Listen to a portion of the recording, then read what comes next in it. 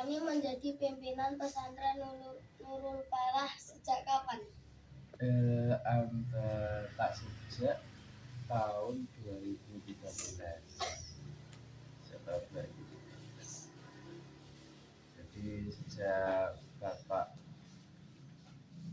Mbah Sofawi itu lanjut, nah itu baru saya bisa di sini.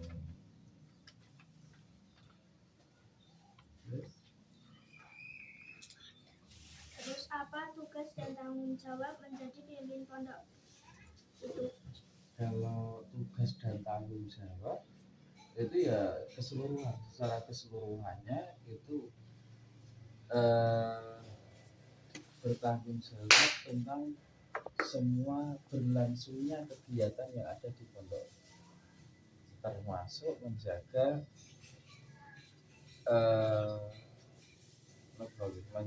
keberlangsungan kegiatan belajar mengajar itu.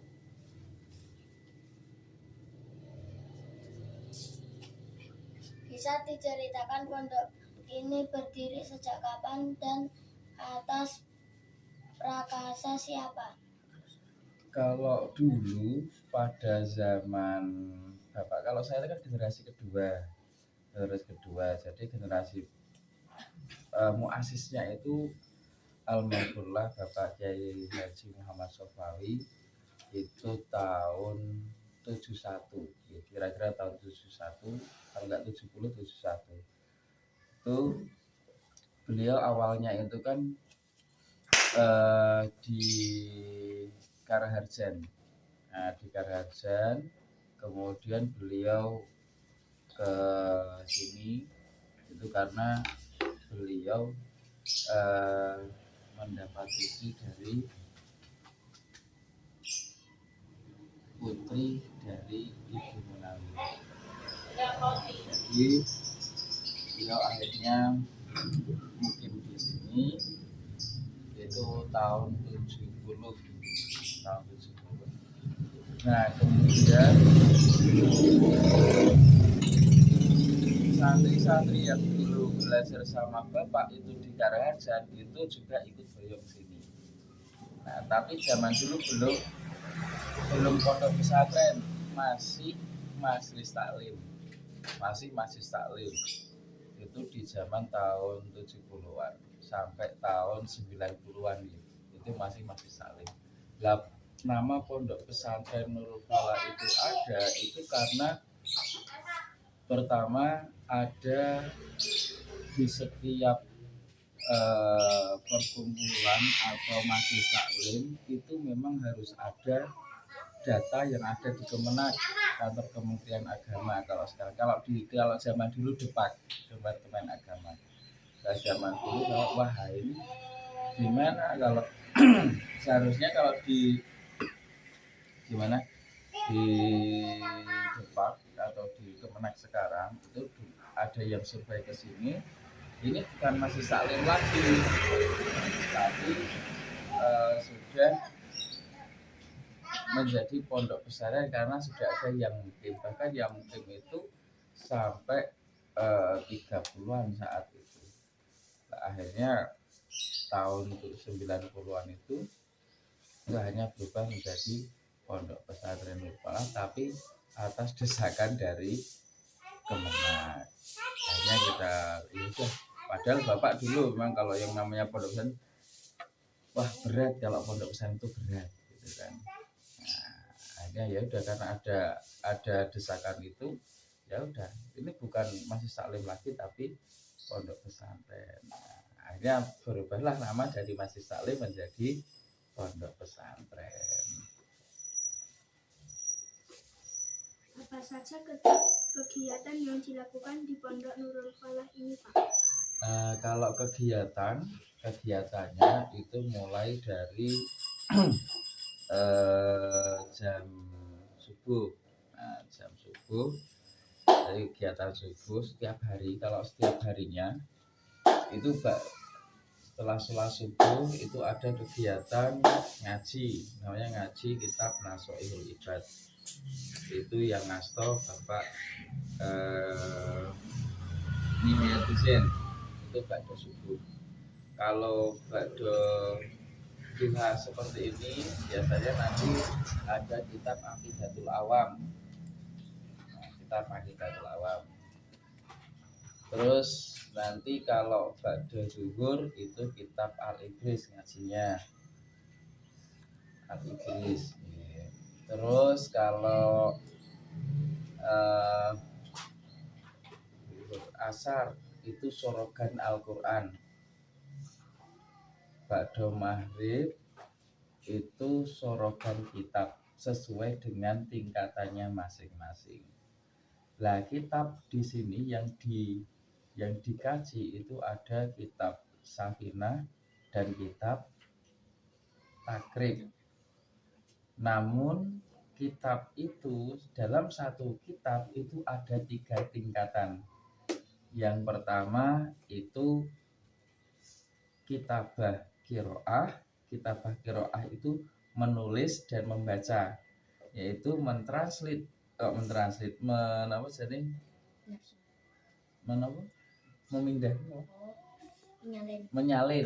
menyalin kitab dari kitab Safinah ke buku tulis.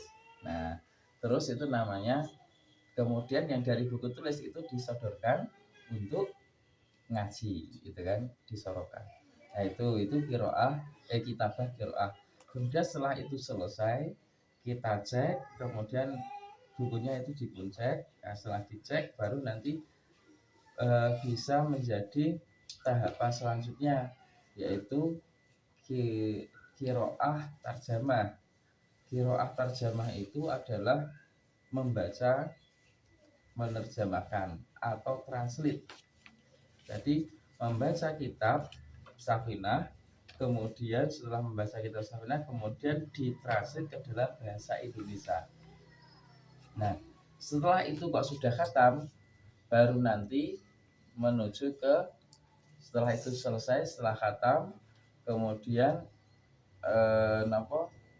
berlanjut ke qiraah mubahasah. Qiraah mubahasah niku napa? Membaca, membahas atau mengkaji, atau mensyarah. Nah, jadi tidak hanya mentranslate, tapi apa yang dimaksud, kesan pesan apa yang dibaca itu. Nah, itu ketika dalam satu kitab, yaitu kitab Safinah. Nanti setelah itu selesai, lancar atau tidaknya, kemudian dilanjut ke kitab Takrib. Kitab Takrib itu juga dari awal lagi, menulis, membaca, kemudian membaca, menerjemahkan, kemudian membaca, membahas, gitu kan. Nah, itu di ba'da maghrib. Kemudian ba'da isya itu sesuai dengan hari. Nah, harinya kalau malam Senin, kalau malam Senin itu musyawarah. Malam Senin itu musyawarah. Itu musyawarahnya kitab sebagai pendukung ketika ada kemusilan dalam sorogan, itu nanti dimusyawarahkan itu di malam Senin. Malam Senin itu ada kitab Takrib dan kitab Safinah, itu dibagi 2. Kemudian malam Selasa, setiap malam Selasa itu tidak sorogan kalau ba'da maghrib, akan tetapi malam Selasanya itu Bandungan, ngaji Bandungan. Jadi ngaji kitab Ta'limul Muta'alim. Nah, kemudian yang ba'da isya-nya malam Selasa itu dibagi 2 juga, yaitu kalau di kelas A itu kitab Nahwu, pakainya kitab Jurumiyah. Itu kalau di sorof dasar, gitu, sorof dasar. Kemudian kalau yang ada di malam Rabu itu juga dibagi 2, dibalik. Kalau sini nanti Nahwu, kemudian yang sana itu sorof. Nah, itu kalau malam Rabu. Kalau malam Kamis itu kitab apa mas namanya izot izot apa? Kalau malam Kamis Izotun Nasiin itu kalau malam Kamis kitab Izotun Nasiin. Kalau malam Jumat itu Maulid, kita pakai Maulid Simtuduror. Itu kalau malam Jumat kita hadir. Kemudian kalau malam Sabtu, nah malam Sabtu itu ngajinya itu ngaji kiroah. Jadi belajar seni baca Al-Quran. Malam Ahad itu khitobah. Jadi khitobah niku napa belajar menjadi MC, mimpin tahlil, terus menjadi napa sambutan itu. Nah, itu kan menjadi penceramah itu belajar di malam itu malam Minggu.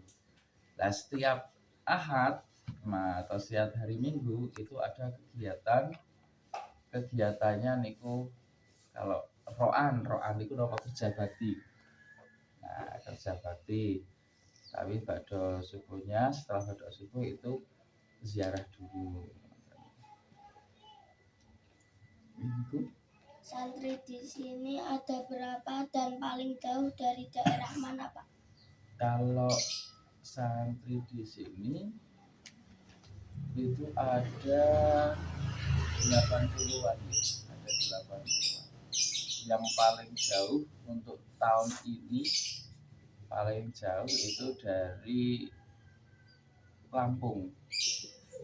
Dari Lampung ada. Nah, kok bisa sampai sini? Itu karena informasi dari Pak Dinya. Nah, Pak Dinya dulu alumni sini ya, kemudian sekolah juga di sini dari Lampung.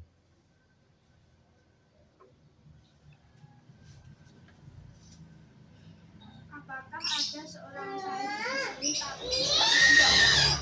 Ada, itu namanya santri laju. Santri laju itu santri kalong kalau bahasanya. Jadi dari rumah itu segala sesuatunya di rumah, kemudian ngajinya itu ngaji ba'da maghrib. Jadi sebelum maghrib sampai sini atau maghrib sampai sini, kemudian ngaji, kemudian ba'da isya pulang. Itu ada.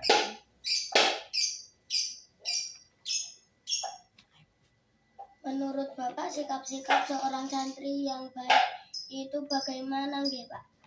Kalau sikap santri yang paling baik itu adalah yang pertama menjaga akhlaknya, baik akhlak kepada guru, orang tua, teman, dan lingkungan. Nah, itu akhlaknya itu menjaga. Jadi bagaimana akhlak yang baik, sebisanya itu berusaha kalau ketika sama orang tua itu boso kalau dalam bahasa. Kalau orang Jawa itu boso niku napa kromo, apalagi kromo gitu. Nah itu. Tapi intinya kalau memang tidak bisa itu paling tidak jangan sampai menyakiti hati orang tua. Nah itu jangan sampai menyakiti hati orang tua. Yang penting menjaga sikap atau menjaga akhlaknya. Kemudian apa? Bersungguh-sungguh dan memiliki cita-cita. Nah, jadi santri itu harus memiliki sikap bersungguh-sungguh dan memiliki cita-cita. Dua-duanya itu harus punya. Karena apa? Karena kalau punya cita-cita tanpa bersungguh-sungguh atau bersungguh-sungguh tanpa punya cita-cita itu tidak akan pernah tergapai apa yang ia maksudkan, kecuali hanya sedikit ilmunya. Saat ini kan ada peringatan Hari Santri Pak. Cara terbaik untuk memperingati itu bagaimana, Pak? Kalau cara yang terbaik semuanya baik. Jadi kalau untuk memperingati hari santri itu paling tidak yang terbaik itu apa, kembali pada diri kita flashback pada diri kita, bagaimana menjadi santri yang baik itu seperti apa. Nah, ini sebenarnya memperingati hari santri.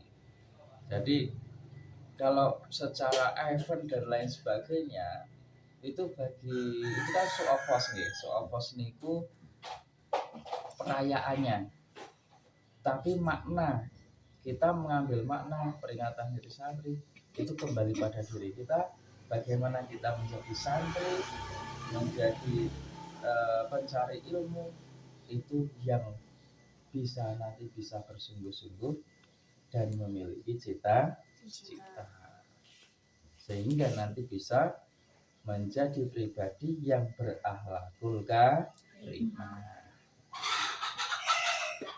Pengalaman apa yang berkesan bagi Pak Arwani saat menjadi santri dulu? Nah, kalau pengalaman yang berkesan itu sebenarnya banyak sekali. Tapi apalagi sama Romo ya. Jadi saya itu dulu saya di Pondok Nurul Ummah, Kota Gede, Yogyakarta. Nah, saat itu yang paling berkesan itu Dawi Romo Yai. Ketika saya itu dulu malas belajar. Jadi malas itu saya juga pernah mengalami malas belajar, sinau males, nopo-nopo males, ana nemeng turu wae. Itu di pondok dulu saya pernah mengalami. Akhirnya saya punya inisiatif untuk apa? Ini kudu sowan sama Mbah Yai. Hawane kepengen arep metu saka pondok. Nah itu. Lah akhirnya saya aku kudu, tapi saya harus ada di pondok.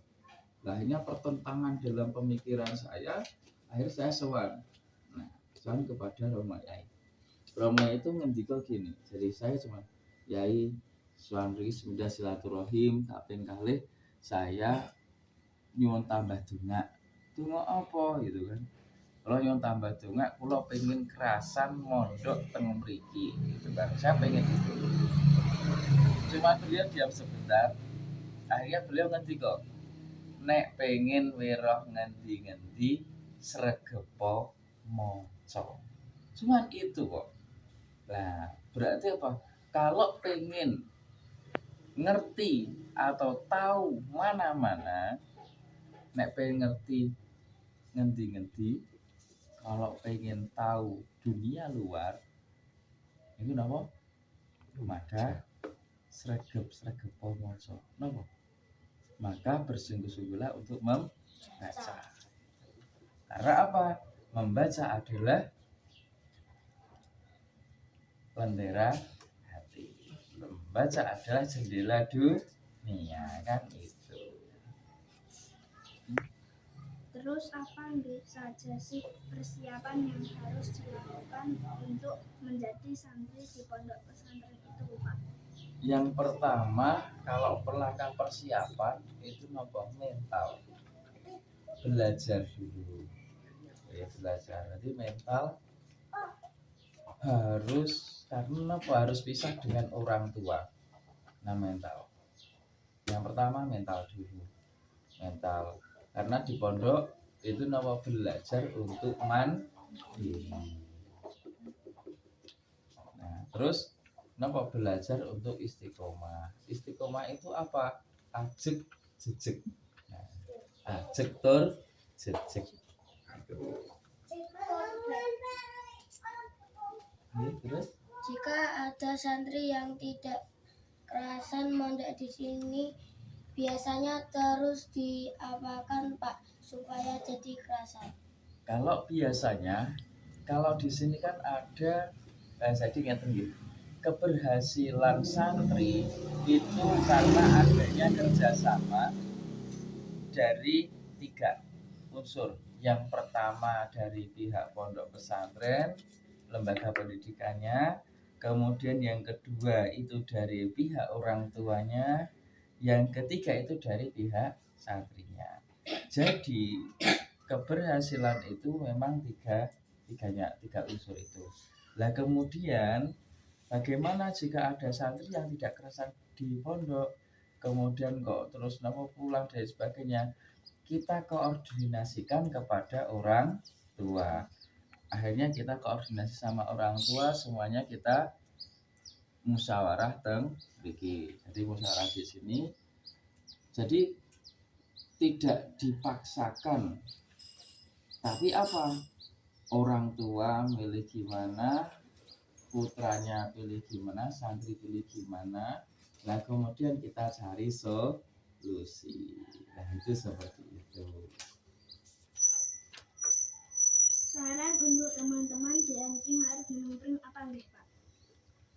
Sarannya yang pertama teruslah belajar dan harus memiliki cita-cita sehingga menjadi pribadi yang memiliki komitmen untuk terus menjadi